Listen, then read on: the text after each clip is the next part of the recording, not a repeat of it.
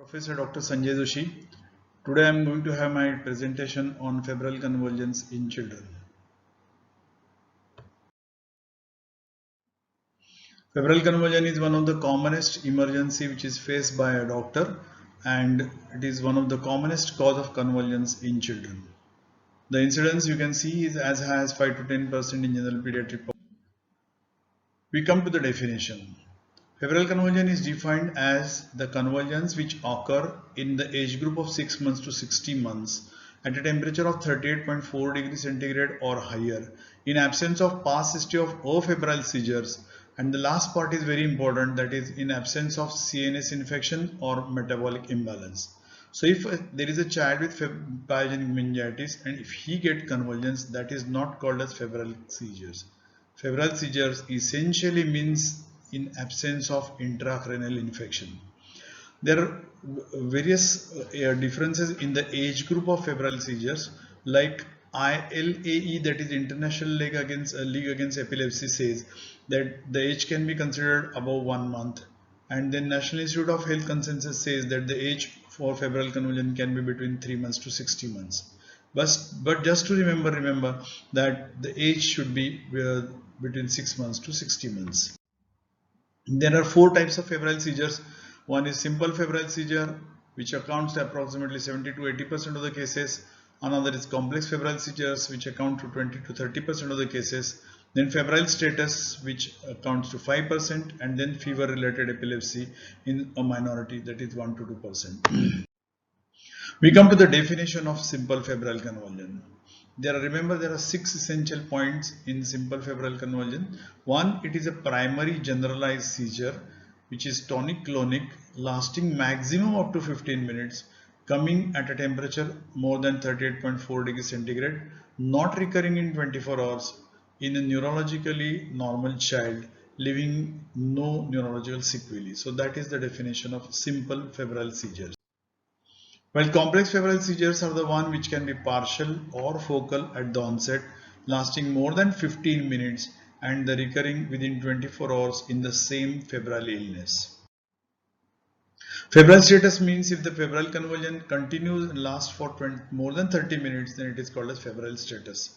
And then there is a group which is fever related epilepsy or febrile seizures later turning into epilepsy syndromes, which has got 4 different varieties. One is GEFS, that is generalized epilepsy with febrile seizure plus.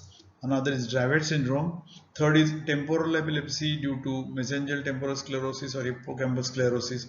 And the FIRE, that is febrile infections related to epilepsy syndrome. So there are the 4 groups. Now we come to the etiology of febrile seizures.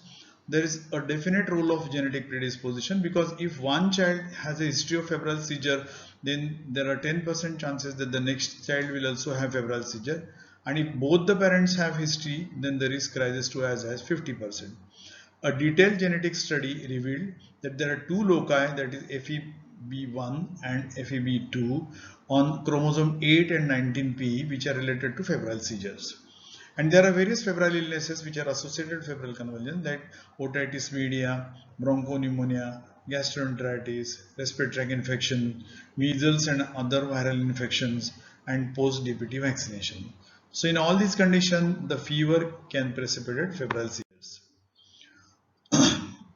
The risk factors for the first febrile seizures, it is said that the family history of febrile seizure that we have seen, that if one parent is suffering, then the risk of febrile seizure in the child is around 10 to 25%.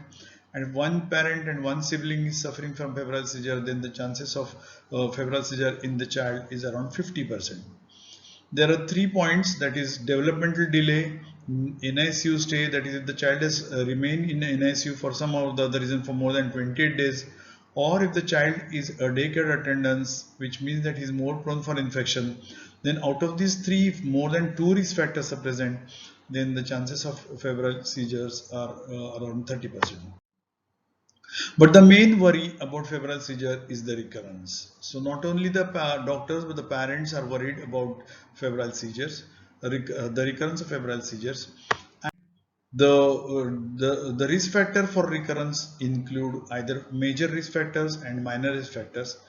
There are four major risk factors like age less than 1 year, or the duration of fever which is less than 24 hours, or the convulsions coming at low fever, or brief duration between onset of fever and seizures.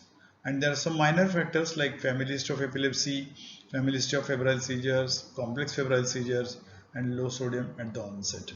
So if the patient has one major and one minor factor, then there are 25 to 50% chances of recurrence.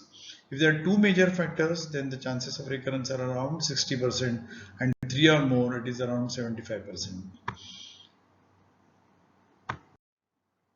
The chances of recurrence without any risk factor, after the first episode, there are 30% chances that the child will have febrile seizures, and after two episodes, there are 50% chances that the child will have febrile seizures.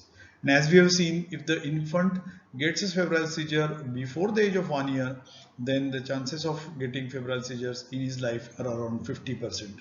So these are the chances of recurrence without any risk.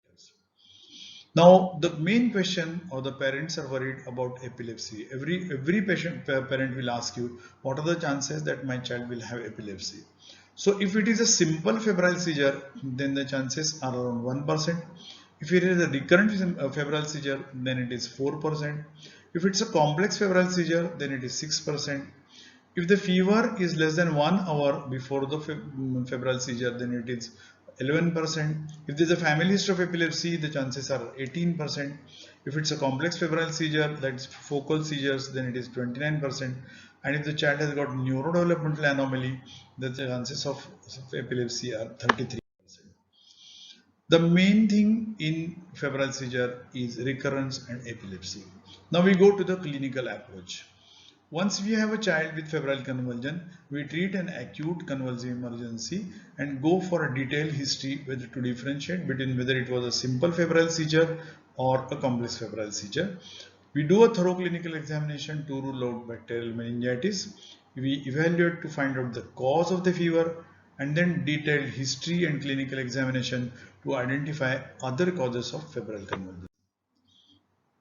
Detail history, we take a detailed history like history regarding convulsions, type of convulsions, duration, then frequency of the convulsions, whether was it a focal, was there any post-ictal phase. So this is regarding a detailed history of convulsions.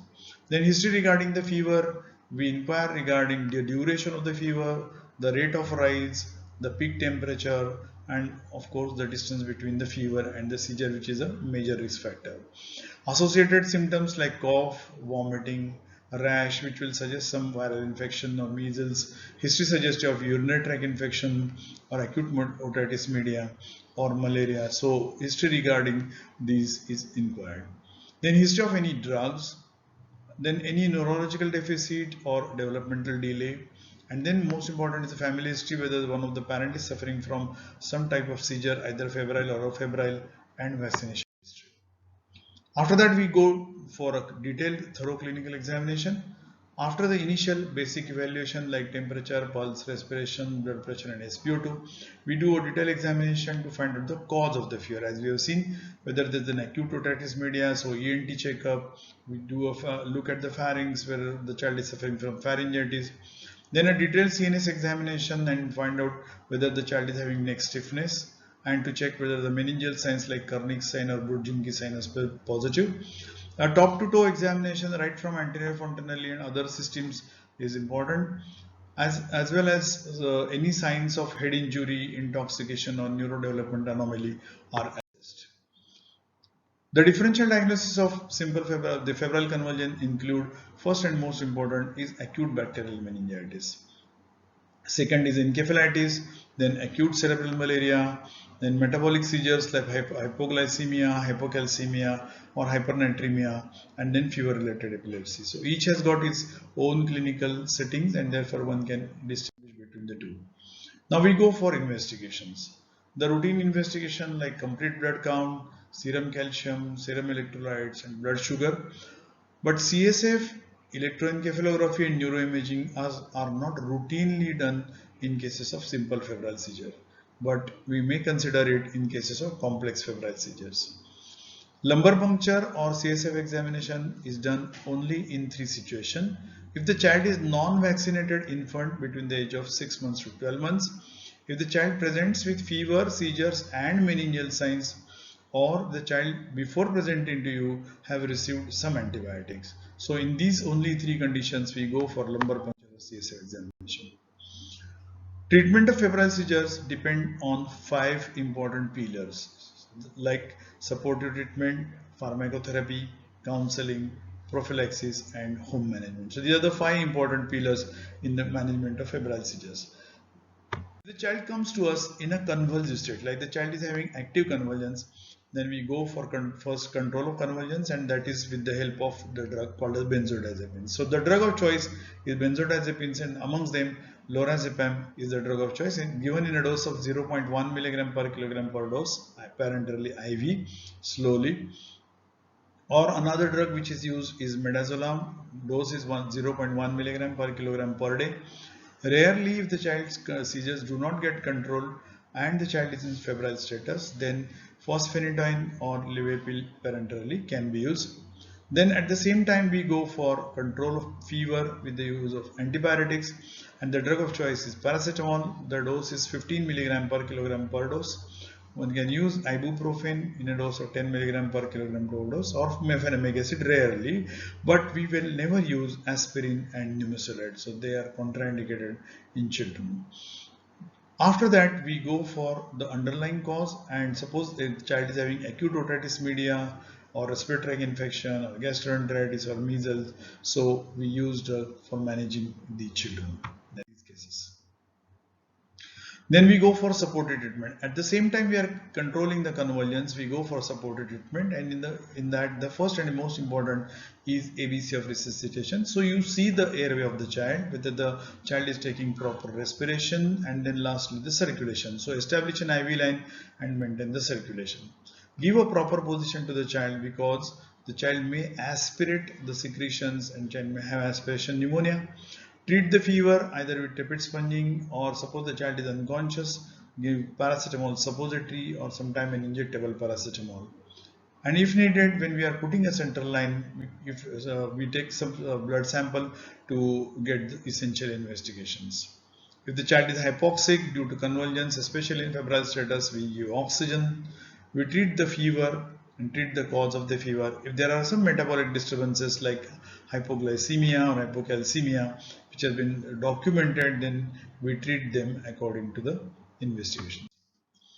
Home therapy is again one of the important pillar in the management of febrile seizures, and we teach the parents, because many times the child is staying away from the medical facility, then we teach the parents for two things: control of the fever and control of the seizures. So if the child gets fever and if the fever is documented more than 38.4 degrees centigrade, then we ask the parents to give antibiotics orally, and if the child is not taking orally or vomiting, or the child is getting seizures, then we ask them to give or teach them to give the rectal suppository of paracetamol, and at the same time we teach them to do a tepid sponging.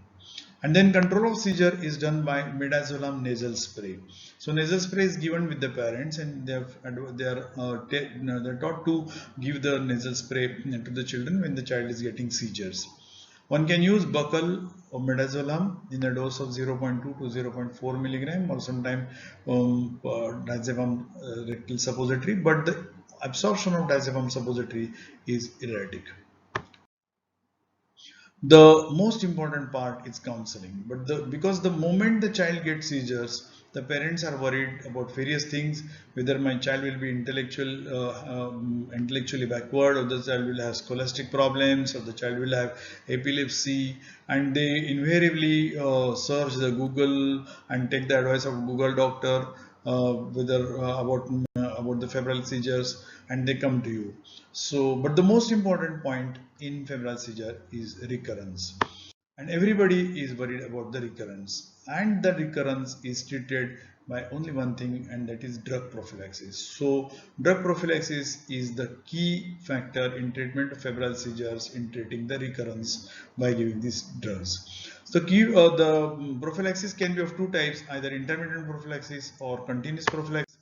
Intermittent prophylaxis is given in these 4 indications. One, if the child has got frequent seizures like 3 or more in 6 months, or 4 or more in 1 year. or if the seizures are lasting longer than 15 minutes or you need drugs to control them, or the seizures are occurring within 1 hour of onset of fever. That means the child gets fever at 9 o'clock and within 1 hour the child gets seizures. So that interval is very important. Or another thing is that if the nearby medical treatment is not available or the parents are very anxious. So these are the indications for giving intermittent prophylaxis. But remember, occasional simple febrile seizures do not require prophylaxis. There are various studies which suggest that the drugs like diazepam or clobazam can be used for the purpose of drug prophylaxis, and there's a definite improvement of after giving prophylaxis in the reduction of this febrile seizures.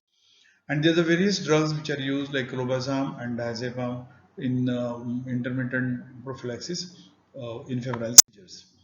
There is a famous study called the FAVSTA study which carried out a large randomized controlled trial in which placebo versus diazepam or clobazam were used, and it demonstrated that there is a statistically significant reduction in probability of febrile seizures with diazepam or clobazam. Then the question comes is why clobazam and not diazepam? Because diazepam causes sedation. It alters the cognitive function, especially in school-going children, and the doses are also inconvenient. And ataxia, which has been observed, is not commonly seen with clobazam, and therefore clobazam is a drug of choice which is preferred over diazepam. Clobazam is given intermittently and not continuously because clobazam reduces the chance of recurrence and prevent the prolonged seizures but do not eliminate febrile seizures, and therefore clobazam is given intermittently and not a continuous prophylaxis. The dose of clobazam is 0.75 milligram per kilogram per day. It is divided into 2 doses and given for 3 days. Again, the question is asking why only for 2 to 3 days? Because as febrile seizure recur in 98% of the cases in first 24 to 48 hours, and hence the duration of prophylaxis is 2 to 3 days. Indications for continuous prophylaxis include one, a neurologically high risk patient, or a child in spite of receiving intermittent prophylaxis is getting more than 6 febrile seizures per year, or the child presents in febrile status epilepticus. So these are the indications for continuous prophylaxis. And the drugs used are either phenobarbital or valproic acid, and the duration is around 1 to 2 years. So the carry-home message is febrile seizure is the commonest cause of convulsion in children. With just one risk factor, the chances of recurrence are as high as 25 to 50%, and with recurrent febrile seizures, the chance of epilepsy is 4%. Therefore, the prevention is the mainstay in management of febrile seizures, and clobazam is the drug of choice for intermittent prophylaxis. Occasional simple febrile seizure usually do not need prophylaxis. Prognosis of simple febrile seizure is excellent, while complex febrile seizures and febrile status may require long-term therapy. Parent counseling and education with home management is the key in the management of febrile seizures, and children with febrile seizures should be given oral iron supplementation. Thank you.